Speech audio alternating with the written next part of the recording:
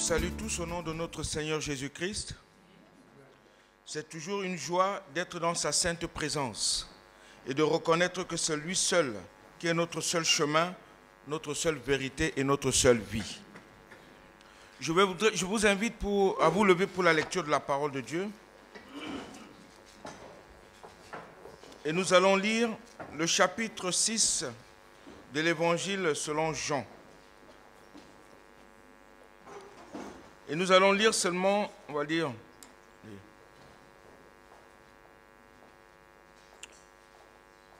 lire quelques versets, du verset 45 au verset 48. Jean chapitre 6, versets 45 à 48.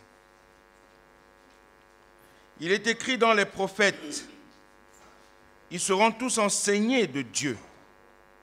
Ainsi quiconque a entendu le Père et a reçu son enseignement vient à moi. Ce n'est pas que personne ait vu le Père, sinon celui qui vient de Dieu. Celui-là a vu le Père. En vérité, je vous le dis, celui qui croit en moi a la vie éternelle. Je suis le pain de vie. Vos pères ont mangé la manne dans le désert et ils sont morts. C'est ici le pain qui descend du ciel, afin que celui qui en mange ne meure point. Je suis le pain vivant qui est descendu du ciel. Si quelqu'un mange de ce pain, il vivra éternellement. Et le pain que je donnerai, c'est ma chair. Et je donnerai pour la vie du monde. Amen. Prions le Seigneur avant d'aller plus loin. Père Céleste, nous te bénissons encore cet après-midi parce que c'est toi qui nous unis autour de ta parole. Nous te bénissons, Seigneur Dieu, pour l'action du Saint-Esprit au milieu de nous et en nous. Nous te demandons, Seigneur, d'ouvrir aussi notre sagesse et notre intelligence, afin, Seigneur mon Dieu, de saisir ta parole et de la serrer dans notre cœur, afin de ne point pécher contre toi. Seigneur, merci pour les guérisons, pour les délivrances, pour les miracles, les prodiges et les signes qui s'accomplissent aussi maintenant dans ce lieu et dans nos vies. Seigneur, glorifie encore ton Saint-Nom. Manifeste ta toute puissance et que nous ne sortons point dans ce lieu sans avoir reçu quelque chose de toi. Au nom tout-puissant de Jésus-Christ. Amen. Asseyez-vous s'il vous plaît.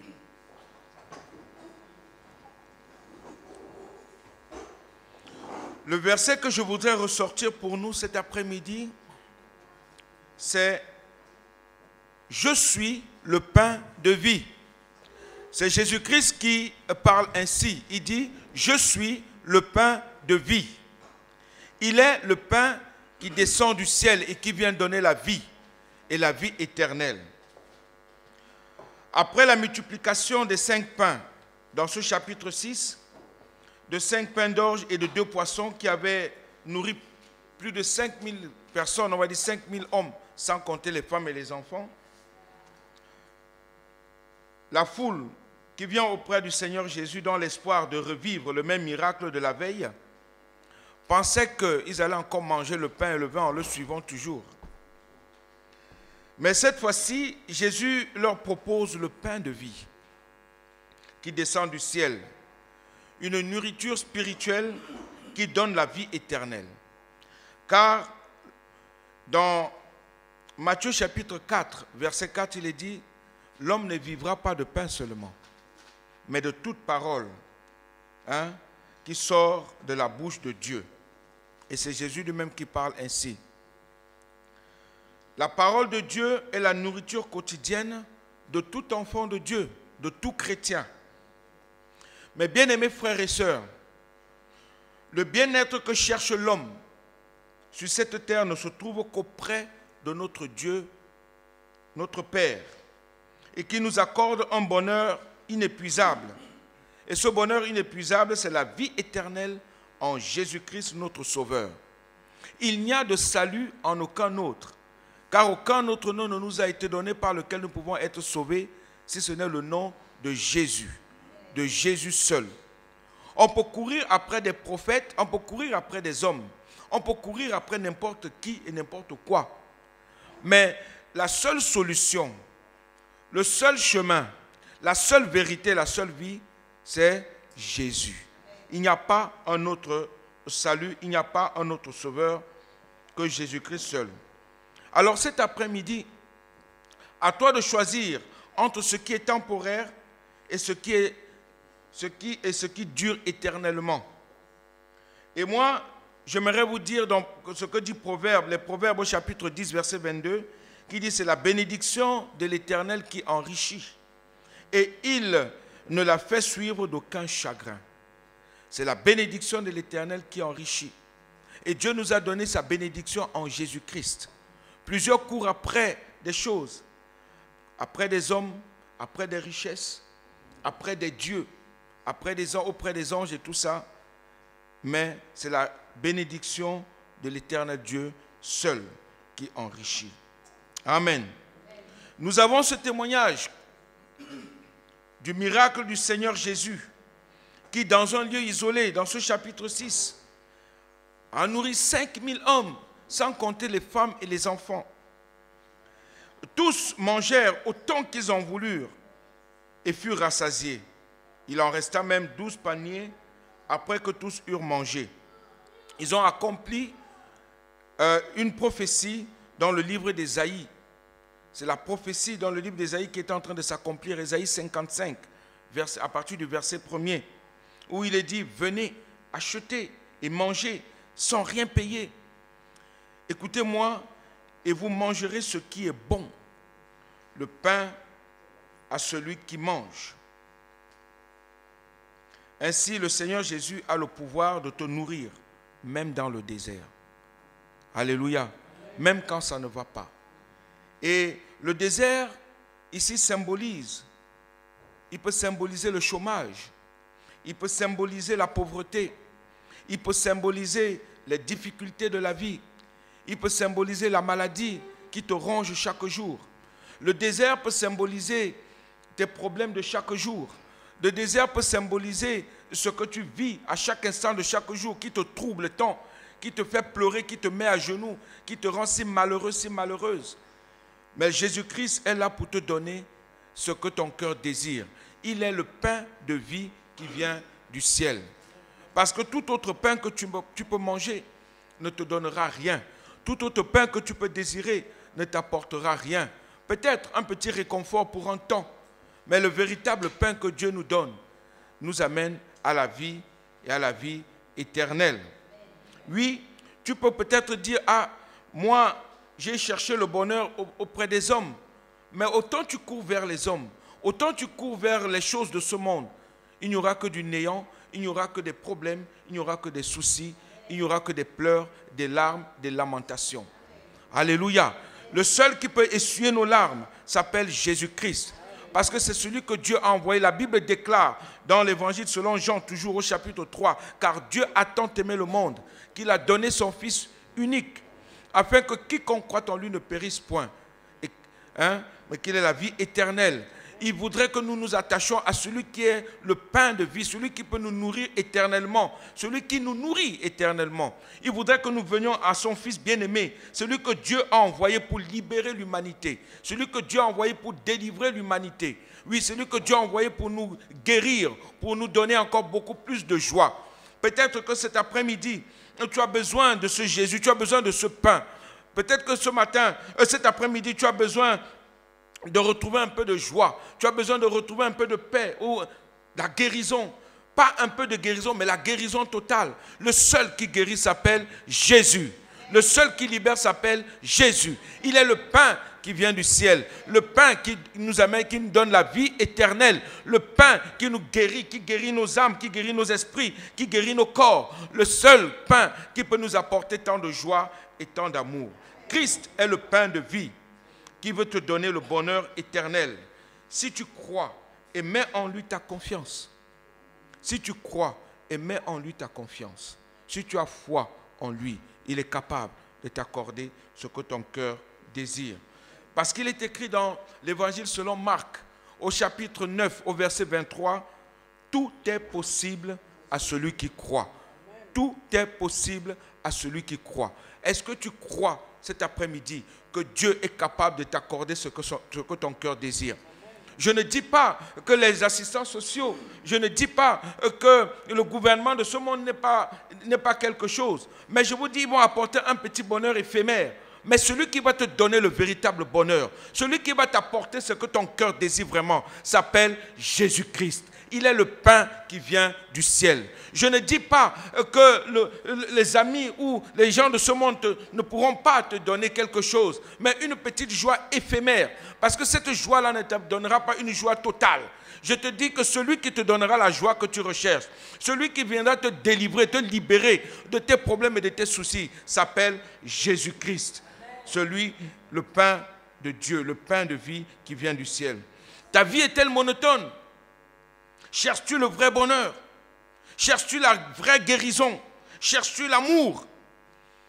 Peut-être tu as perdu l'amour. Tu n'as plus d'amour dans ton cœur. Tu es rempli de haine. Tu es rempli de jalousie, de querelles et de disputes parce que tu as besoin d'amour. Peut-être tu as besoin qu'on t'aime ou bien tu as besoin d'aimer ton prochain. Viens à Jésus cet après-midi. Viens à Jésus cet après-midi. Il est le seul qui est capable de changer les cœurs. Il est le seul qui est capable de délivrer. Il est le seul qui est capable de te libérer instantanément. Si tu crois, tu verras la gloire de Dieu. Crois seulement et tu seras sauvé, toi et ta famille. Est-ce que tu crois encore que Dieu est capable de te bénir? Est-ce que tu crois encore que Dieu est capable de te donner ce vrai bonheur que tu recherches? Et même la vie éternelle. La parole de Dieu nous dit Jésus-Christ est la vie éternelle. Il est le chemin, il est la vérité et il est la vie. Nul ne vient au Père que par lui. Nul ne peut venir au Père que par Jésus-Christ, seul.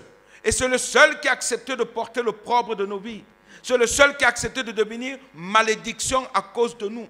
Quel que soit ton péché, quel que soit le malheur que tu as, quelles que soient les douleurs que tu peux ressentir, quel que soit ce que tu as fait, il est le seul qui peut effacer ton péché. Il est le seul qui puisse te délivrer. Je prends cet exemple très simple dans l'évangile selon Luc, qui nous parle du fils prodigue. Ce fils prodigue qui a demandé ses biens à son père et qui dit à son père: Père, donne-moi mes biens, moi je voudrais aller me pavaner et faire ma vie comme bon me semble. Et son père lui a donné ses biens. Son père aurait pu dire: ah, écoute mon fils, ce sont tes biens, tu ne peux pas aller comme ça dépenser tout ce que tu as. Mais son père lui a donné, parce que le père est bon. Il lui a donné tous ses biens. Mais il est parti avec ses biens. Il les a dilapidés. Il a fait ce qu'il voulait avec. Il a gâté sa propre vie.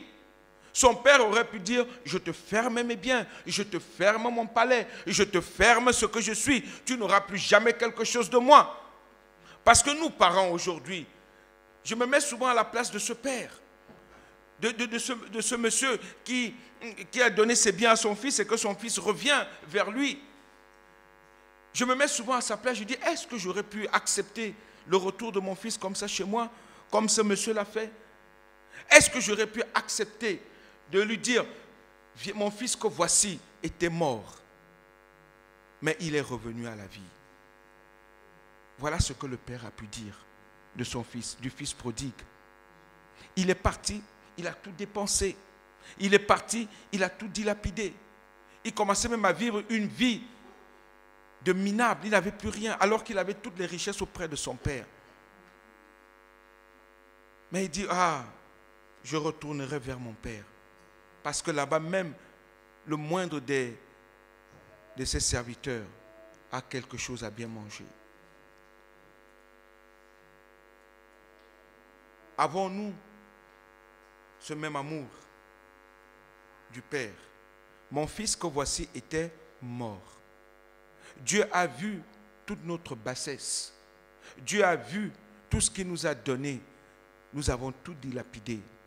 Nous avons fait ce que nous voulons. Mais son amour demeure le même pour tout un chacun de nous, qui que nous soyons.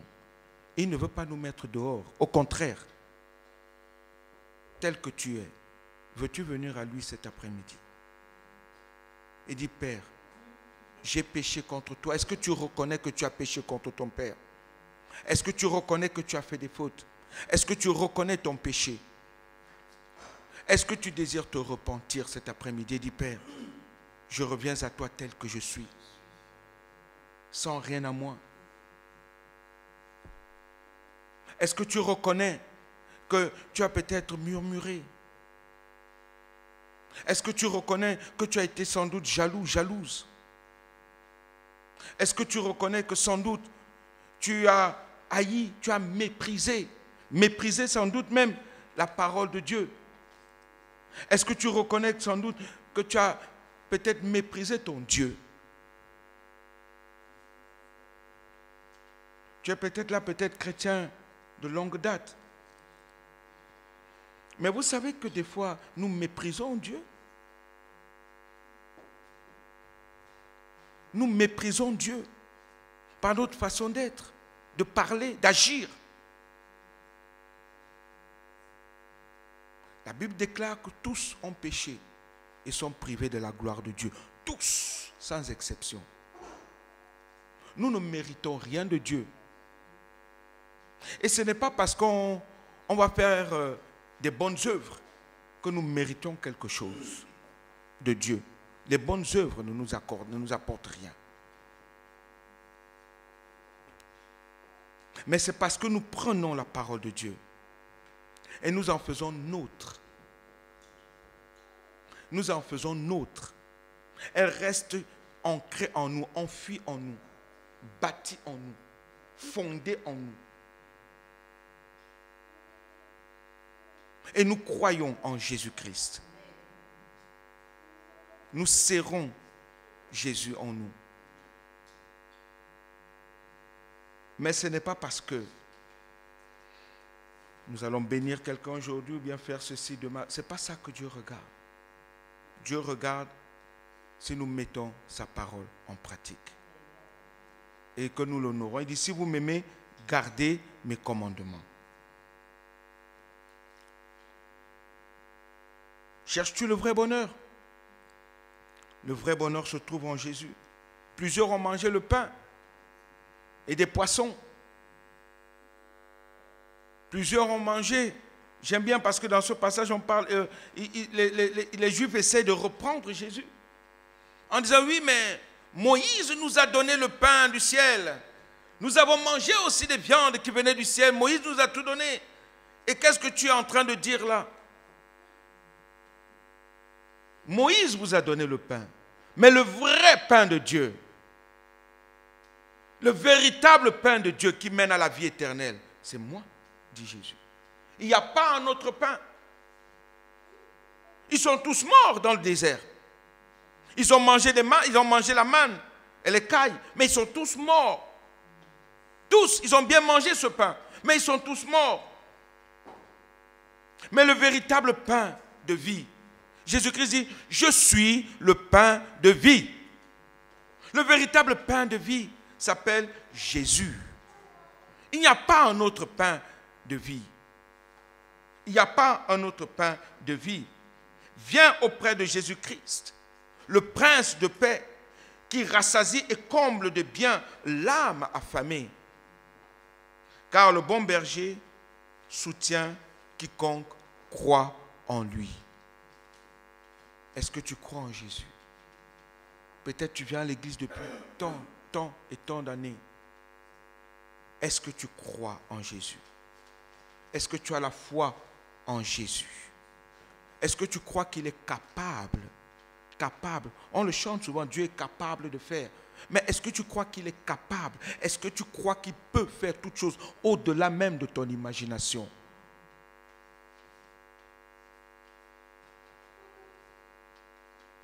Je donne toujours cet exemple en disant que nous concevons des pensées dans nos têtes. Nous disons, ah, j'ai ça, on conçoit des choses en nous. Et on désire que Dieu bénisse ce qu'on a conçu en nous. Parce qu'on a des pensées. Hein? On dit, Seigneur, bénis ce que je veux faire. Nous nous sommes peut-être mis à genoux en demandant à Dieu de venir à notre secours sur tel ou tel point. Mais Dieu attend que tu t'appuies réellement sur lui. pour que ta bénédiction soit parfaite et complète. Mais des fois, parce qu'on ne reçoit pas, parce que peut-être on se dit, ah, la bénédiction de Dieu tarde, on conçoit des choses au plus profond de nous-mêmes. Et on veut que Dieu bénisse ce qu'on a conçu. On dit, Seigneur, bénis ce que j'ai conçu. Bénis parce que je crois que c'est toi qui me conduis. Oui, je vous ai dit, c'est un temps. Un petit temps. La bénédiction sera là. Un court temps. Parce qu'on a conçu cela. Dieu est bon. En tout temps. Et en tout temps, Dieu est bon. Mais à un moment donné, Dieu va t'amener jusqu'au mur. Et quand tu vas commencer à te frotter au mur, à cogner le mur, Dieu va te dire, il faut que tu reviennes vers moi et que tu me fasses complètement confiance. Et c'est là où plusieurs n'arrivent pas souvent à revenir. Quand Jésus-Christ dit, je suis le pain de vie ici, ils disent, ah, toi, on connaît ton père, on connaît ta mère. N'es-tu pas le fils de Joseph et de Marie? N'es-tu pas né au milieu de nous ici? Il dit, je suis le pain de vie. Il dit, vous avez cogné le mur, vous avez cherché des choses qui ne donnent pas. Revenez à ce qui est réel, à ce qui est vrai. Et c'est à cela que Dieu nous appelle, à ce que nous revenons à la réalité des choses et que nous apprenons à lui faire confiance. En ce moment, sans doute, tu croules sous le poids de tes problèmes. Tu as dû aller chercher une solution où tu croyais et pensais la trouver. Mais hélas, certes, elle est là, cette solution. Mais est-ce que tu as couru vers celui qui est le pain de vie, celui qui est ton sauveur et ton Seigneur personnel? Est-ce que tu lui as dit, Seigneur, le problème là est pourri. Il est pire que le cramoisi. Je ne sais plus quoi faire. Viens à mon secours. Et c'est là qu'on doit s'attendre à la grandeur de Dieu. Alléluia. Je prends encore un exemple biblique dans la Bible. C'est Anne, la femme d'Elkana, dans 1 Samuel. Elle avait besoin d'un enfant. Elle n'arrivait pas à concevoir l'enfant parce qu'elle était stérile. Elle ne pouvait même pas. Mais elle avait besoin d'un enfant. Et elle était harcelée chaque jour par sa coépouse parce qu'elle avait des enfants. Mais elle ne pouvait pas. À un moment donné, elle s'en prenait même à son mari. Comme si son mari pouvait faire quelque chose. On connaît aussi l'histoire de Jacob et sa deuxième femme. Elle aussi a commencé à s'en prendre à Jacob en disant, c'est toi qui ne veux pas. Mais non, c'est le Seigneur qui ne voulait pas. Anne cherchait la face de Dieu. Anne a couru vers Dieu, n'a pas couru vers un homme. Elle n'est pas allée voir le prophète qui était là, le prêtre qui était dans le temple. Mais elle a couru vers son Seigneur, elle est allée pleurer vers celui qui est son créateur, celui qui peut tout pour elle. La maman de Samuel, qui est devenu l'un des plus grands prophètes de l'histoire d'Israël. Anne ne s'attendait pas à un homme. Mais nous, des fois, nous nous attendons aux hommes, pensant ou croyant que c'est là où l'aide viendra vraiment. Anne a crié à son Dieu. Anne voulait ce Dieu qui est capable de lui accorder sa bénédiction. À tel point que le prêtre, le prophète qui était là, lui dit, va cuver ton vin ailleurs. Parce qu'il ne comprenait pas. Il ne comprenait pas combien cette femme était en train de déverser son cœur devant son Créateur, devant son Père, devant son Dieu. Est-ce que ce soir tu es prête à déverser ton cœur devant ton Dieu, à lui dire, Seigneur, je comprends que tu es le pain de vie et je voudrais manger de ce pain. Je voudrais goûter de ce pain. Parce que tu es ce pain, Seigneur mon Dieu, qui m'apporte ma guérison, qui m'apporte ma délivrance, qui m'apporte mon réconfort, qui me remplit d'amour, qui me remplit de joie, qui m'amène jusqu'à la vie éternelle. Je voudrais manger de ce pain et qui m'apporte tant de bonheur et qui m'apporte toutes les solutions possibles que je désire. Est-ce que c'est ton besoin cet après-midi? En choisissant le Fils de Dieu, tu deviendras enfant de Dieu et ton Père Céleste lui-même prendra soin de toi. 1 Pierre, la première épître de Pierre au chapitre 5, verset 7 dit, « Car les projets que l'Éternel a formés sur toi sont des projets de paix et non de malheur, afin de te donner un avenir et de l'espérance. » Nous révèle aussi Jérémie chapitre 29, verset 11. Les projets de l'Éternel, que l'Éternel a formés pour toi. Alors la confiance, la foi doit naître en nous. Peut-être tu es là pour la première fois ce soir, cet après-midi. Tu as besoin de ce pain de vie. Tu as besoin de Jésus-Christ. Tu as besoin de ton Sauveur. Et c'est lui que je viens te présenter cet après-midi. C'est lui que je viens te donner cet après-midi. Afin que tu comprennes qu'il n'y a point d'autre salut qu'en Jésus-Christ seul et par lui seul. Le Seigneur Jésus nous a appris à prier ainsi. Donne-nous aujourd'hui notre pain quotidien. Dans Matthieu chapitre 6, verset 11. En effet, on peut manger de tous les pains, mais on aura encore faim. Moi, je crois que dès aujourd'hui, reçois dans ta vie le Seigneur Jésus. Accepte-le comme ton Seigneur et Sauveur personnel. Accepte-le comme ton chemin, ta vérité et ta vie. Accepte-le comme le pain de ta vie qui fait vivre éternellement. Comme nous dit Jean chapitre 6, verset 51. Je suis le pain vivant qui est descendu du ciel. Si quelqu'un mange de ce pain, il vivra éternellement. Amen. Quel pain as-tu mangé? As-tu réellement mangé le pain de vie? Parce que cet après-midi, il veut te libérer de tes chaînes et de tout ce qui t'accable. Prions le Seigneur.